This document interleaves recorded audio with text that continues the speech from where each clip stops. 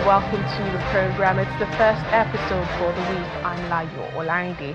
Let's begin with stories and happenings that made headlines over the weekend. On Saturday, Gabon witnessed its first election since the 2023 military coup as presidential candidates cast their votes at the polls in Libreville. The 2023 coup leader, Transitional President Brice Oligui Nguema, greeted a cheering crowd of supporters outside the polling center and thereafter cast his vote. Former Prime Minister Alain Claude Bilibanze, who was ousted during the coup, was also seen casting his ballot. Polling stations opened at 7 a.m. local time, with nearly 1 million people registered to vote across the country.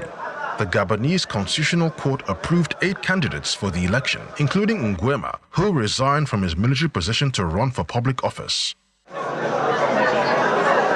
The High Court Criminal Division in Kampala rejected a bail request for opposition politician Dr. Kizza Besigye and his aide, Haj Obeid Lutale, late on Friday. The charges with which the applicants are charged. While the judge was delivering his ruling in a packed courtroom, Besigye and Lutale were seen chanting alongside their supporters. Outside the courthouse, the politician supporters rallied against the court decision. For us, it's a dark Friday for us. Not only the Dr. Kizza Besigye team or the individuals, Dr. Besigye and Obeid Lutale, but for the entire country and for our jurisprudence. This is a terrible, terrible decision. It's a terrible precedent. Aside, away from the rights of Dr. Kizza Besigye and Obeid Lutale, for the jurisprudence of this country, it's a terrible one. And in Morocco, a private jet crashed while making an emergency landing at Fez Airport. The fuselage of the plane landed, adjoining the runway as civil defense crews and police rushed to the site. According to local media, the Ministry of Transport and Logistics announced that the privately owned Hawker 800 XP, registered in Morocco and operated by a charter company en route from Marrakesh-Menara Airport, skidded from the end of the runway while making an emergency landing. 3 crew members on board sustained injuries and were transported to a hospital for medical treatment. Well, results from Saturday's election in Gabon are out, and the military leader, General Brice Nguema, has been officially declared winner of the country's presidential election with an overwhelming 90.35%. According to the results announced by the Electoral Commission, the military general who led the 2023 coup in the country won with an absolute majority, 575,222 votes. The 50-year-old defeated 7 other candidates in the race, including former Prime Minister Alain Claude Bilibanze, who garnered just 3% of the votes. The election saw a high turnout of 87.21% with around 920,000 registered voters, including more than 28,000 abroad, who all cast their ballots across 3,000 polling stations. Oligui Nguema, former head of the Republican Guard, assumed the role of transitional president after leading the coup that ended the decades-long rule of the Bongo family. The dynasty had held power in the oil-rich Central African nation for over 50 years, facing long-standing accusations of corruption and economic mismanagement. The Foreign Minister of France says Algeria has asked 12 French embassy staff to leave the country within 48 hours. Jean-Noël Barrot says this is linked to the indictment of 3 Algerians in France on Friday, one of whom is a consular official. They are accused of involvement in the abduction last year of Amir Boukos, an outspoken critic of Algeria's government. He was reportedly granted asylum in France in 2023. Mr. Barrot urges Algeria to abandon the expulsions, adding that France is ready to respond immediately. Boukos, also known as Amir DZ, had lived in France since 2016. He was abducted in April 2024 in the southern suburbs of Paris and released the following day. Algerian authorities accused the influencer of fraud and associations with terrorist organizations, issuing 9 international arrest warrants against him. He, however, denies the allegations. In 2022, the French courts refused attempts to extradite him to Algeria. Now, this case is the latest in a growing number of incidents to have exacerbated a rift between France and Algeria.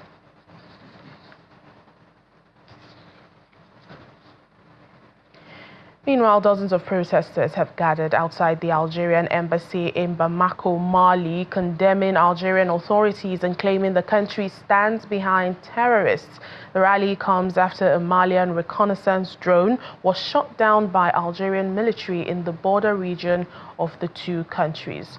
Algeria shot down a Malian drone near the border town of Tinzoutin on March 31st. The Algerian Ministry of Defense claims responsibility, alleging that an armed surveillance drone had traveled 2 kilometers into their airspace. Now, following the incident, Algeria banned flights to and from Mali, while Bamako also closed its airspace to Algerian aircrafts. The Alliance of Sahel States, AES, condemned Algeria's actions, labeling them as a violation of international law. The alliance also described the downing of the Malian drone as an act of aggression against the Confederation.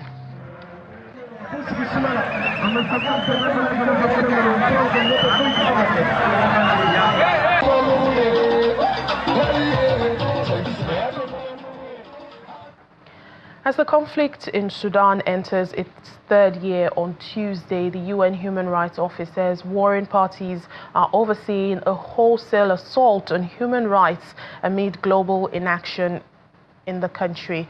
According to the UN High Commissioner for Human Rights, Volker Turk, the conflicts between the Sudanese armed forces and the Rapid Support Forces have been marked by complete disregard for the laws of war and for international human rights laws from the onset.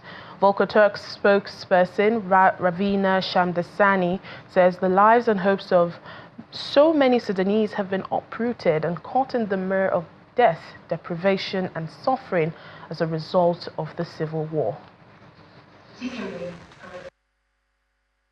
Warring parties in Sudan are overseeing a wholesale assault on human rights amid global inaction. As hostilities have expanded in reach and intensity over the past year, the lives and hopes of so many Sudanese have been uprooted and caught in a mire of death, deprivation and suffering. 2 years of this brutal and senseless conflict must be a wake-up call to the parties to lay down their weapons and for the international community to act. Proliferation of arms and continued weapon supplies, including to the Western Darfur region, where a UN Security Council arms embargo is in place, are also compounding the fighting, enabling violations of international law and undermining peace efforts. All those involved in facilitating the transfer of arms and military material to Darfur must stop in compliance with the embargo. We call again for the arms embargo to be expanded to cover the whole of Sudan. There are also growing concerns about the hostilities escalating and expanding to new areas, including in Kordofan, Blue Nile, and Northern State. Well, joining us now is human rights activist Dr. Ero Ibafidon for more on this. Thank you for joining us on Network Africa. Thank you for having me, Lion. Well, it's a sad thing we're seeing. It's good to see you as well. A sad thing we're seeing happening in Sudan, the civil war entering its 3rd year. And the UN is saying major human rights violations have been reported during this war. And it's also implicating both warring parties. We have the Sudanese armed forces and the Rapid Support Forces. How can these perpetrators be held accountable, or are there challenges to doing this? Thank you very much. I think the Sudanese crisis is way more than we think it is, and tomorrow makes it the 3rd year, and this is a major concern for the United Nations and even the world at large. And we are thinking that some people are even benefiting from the war, because sometimes when wars, situations like this are happening, there are people that do not want it to end. And the United Nations is doing quite a lot on what can be done to ensure that peace come back to Sudan, and to make sure that because a lot of people have already been homeless. There is a lot of displaced people everywhere now in Sudan, and the humanitarian communities are doing their best to even reach out as well, and they have been deprived of even reaching out to those people in Sudan. Medical attention is needed also there, but all those things have been the humanitarian body is finding it difficult to even get into Sudan, because life first and all of that. So, but for the United Nations, is on the top priority list for them to make sure that, peace come back to Sudan, and everybody will have to live as peaceful as they could moving forward. But would you say the regional community is now doing enough in responding and also ending the war?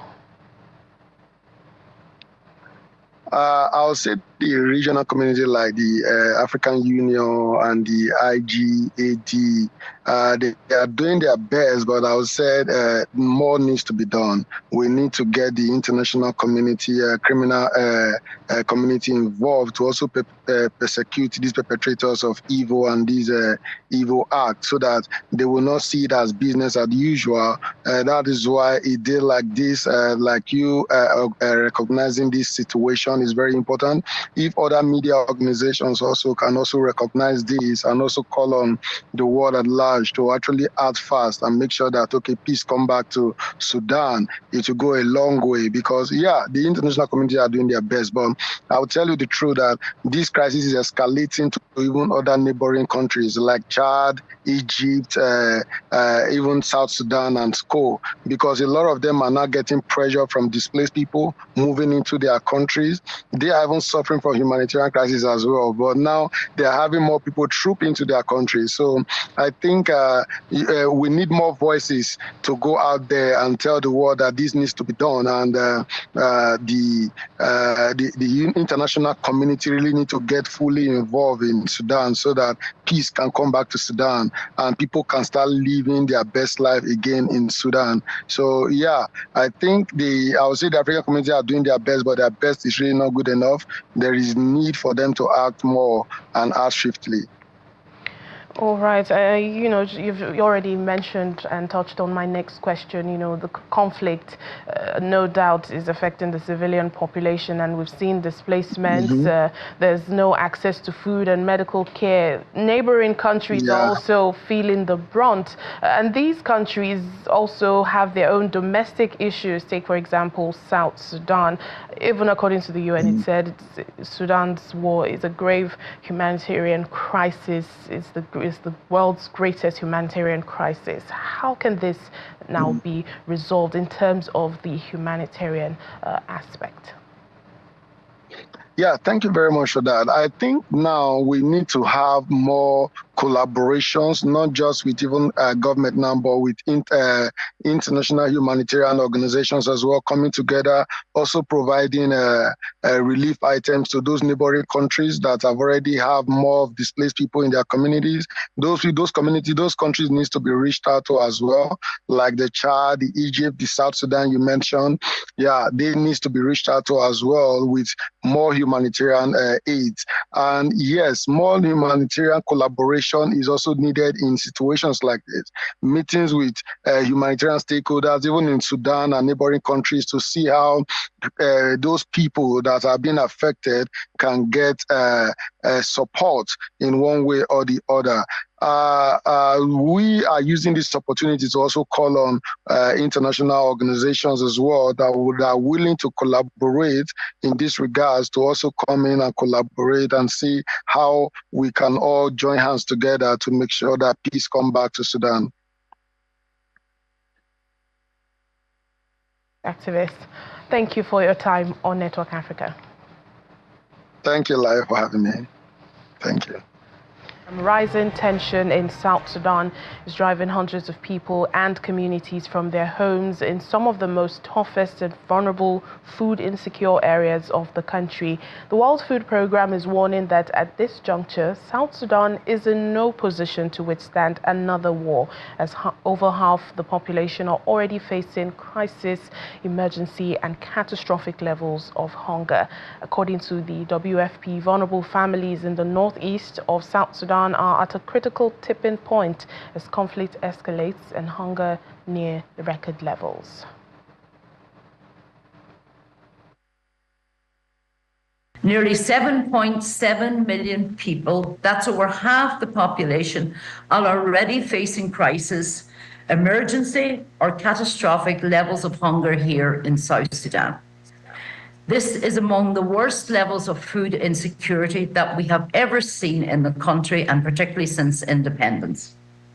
40% of these people are in the greater Upper Nile region, which is currently impacted by the escalating conflict.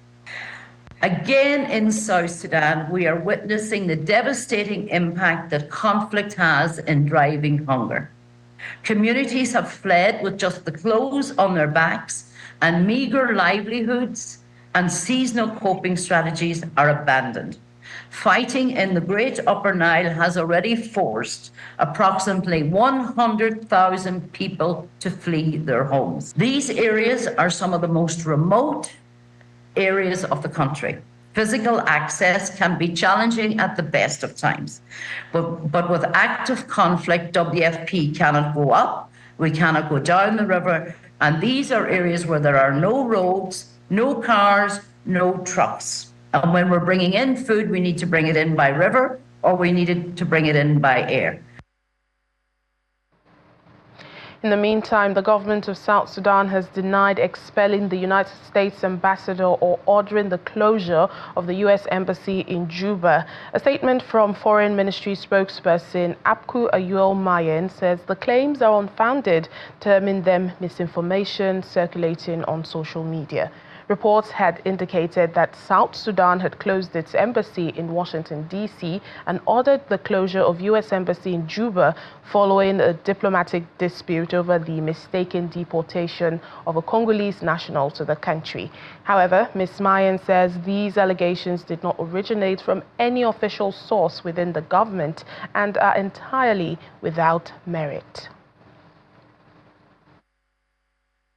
The Ministry of Foreign Affairs and International Cooperation of the Republic of South Sudan wishes to address recent misinformation circulating on social media regarding the status of diplomatic relations with the United States.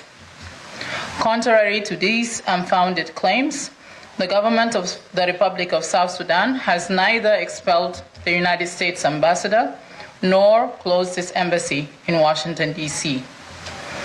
These allegations did not originate from any official source within the government and are entirely without merit. The U.S. ambassador to South Sudan remains fully accredited and continues to enjoy the full support of our government. In the spirit of continued cooperation, our newly appointed minister, Honorable Mandesimaya Kumba, invited the U.S. ambassador, His Excellency Michael J. Adler, and met with him earlier this morning to explore avenues for further strengthening the enduring relationship between our two nations. The ministry also takes this opportunity to reaffirm that the Embassy of the Republic of South Sudan in Washington, D.C. remains open and fully operational. We appreciate the ongoing support of the U.S. government and remain committed to fostering strong and mutually beneficial diplomatic ties. South Africa's President Cyril Ramaphosa is calling for equitable global trade during his speech at the World Trade Organization's 30th anniversary celebration in Pretoria. According to him, the WTO has worked to ensure a level playing field in global trade. However, he says there are persistent imbalances in the rules-based system despite covering 80% of global trade. The World Trade Organization is integral to the multilateral system and to advancing economic progress. Over the past 30 years, the WTO has worked to ensure a level playing field in global trade that is free, predictable, and governed by a rules-based system. Currently, more than 80% of global trade takes place under the WTO rules-based system. However, imbalances persist. The inclusivity promised by the multilateral system and by the Doha Development Round has not materialized for many. Developing countries that account for most of the WTO's membership remain locked into the lower end of global value chains. Commodity dependence further exposes these economies to price volatility and to macroeconomic disruption. During the COVID-19 pandemic, we witnessed the inability of the system to deliver a credible outcome.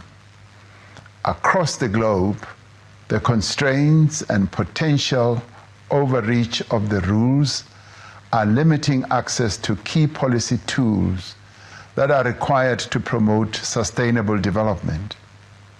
South Africa reaffirms its support for the reform initiative that is being spearheaded by the Director General of the WTO. We must redouble our efforts to ensure that trade supports development. WTO rules must facilitate structural transformation that integrates developing countries into the global trade.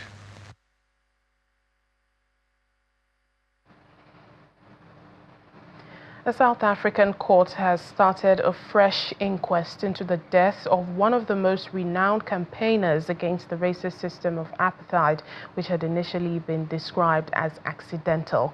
A 1967 inquest ruled that Chief Albert Luthuli was walking on a railway line when he was struck by a train and died after fracturing his skull. Activists and his family have long cast doubt on the official version of events, and they say they welcome the reopening of this inquest. Mr. Luthuli, who at the time of his death was the leader of the then banned African National Congress ANC, won the Nobel Peace Prize in 1960 for spearheading the fight against apartheid. The ANC went on to lead the struggle against white minority rule and came to power in 1994 following the first democratic elections. The National Prosecuting Authority of South Africa has said it will be presenting evidence before the court in an attempt to have the initial findings into the death of Chief Luthuli overturned. Nigeria's Ministry of Foreign Affairs and the United Nations Development Programme UNDP have reaffirmed their joint commitment to advancing democratic governance across West Africa through the Regional Partnership for Democracy, RPD. The RPD is a strategic initiative aimed at promoting inclusive, accountable and resilient political systems across the sub-region. During a high-level engagement in Abuja, the Minister of Foreign Affairs, Ambassador Yusuf Maitama Tuga, hosted the UNDP resident representative, Ms. Elise Atafua, for a progressive review and strategic dialogue on the RPD initiative. According to a statement released, the meeting reaffirmed a strong collective commitment to deepening democratic governance and institutional resilience across West Africa. And the chairman, CEO of the Nigerians in Diaspora Commission, NIDCOM, Dr. Abike Dabiri-Erewa, is assuring Nigerians living abroad that the country is blessed with an investor-friendly environment, urging them to continue to invest in their country. This is in reaction to the protest and petition of a group called the Foreign Investors Network that claims the environment in Nigeria is not enabling enough for intending investors. According to Mrs. Dabiri-Erewa, Africa, Nigeria remains open to investors, stressing that the country's Diaspora Investment Summit, NDIS, remains a veritable channel for diasporans wishing to invest. She adds that the Federal Ministry of Industry and Trade and Investment will also soon announce some initiatives in partnership with NIDCOM. She's also calling on Nigerian citizens abroad to always contact NIDCOM to assist them in areas they wish to navigate or clarify. And that's where we end Network Africa for today. Thank you so much for watching. I'm Layo Olarinde.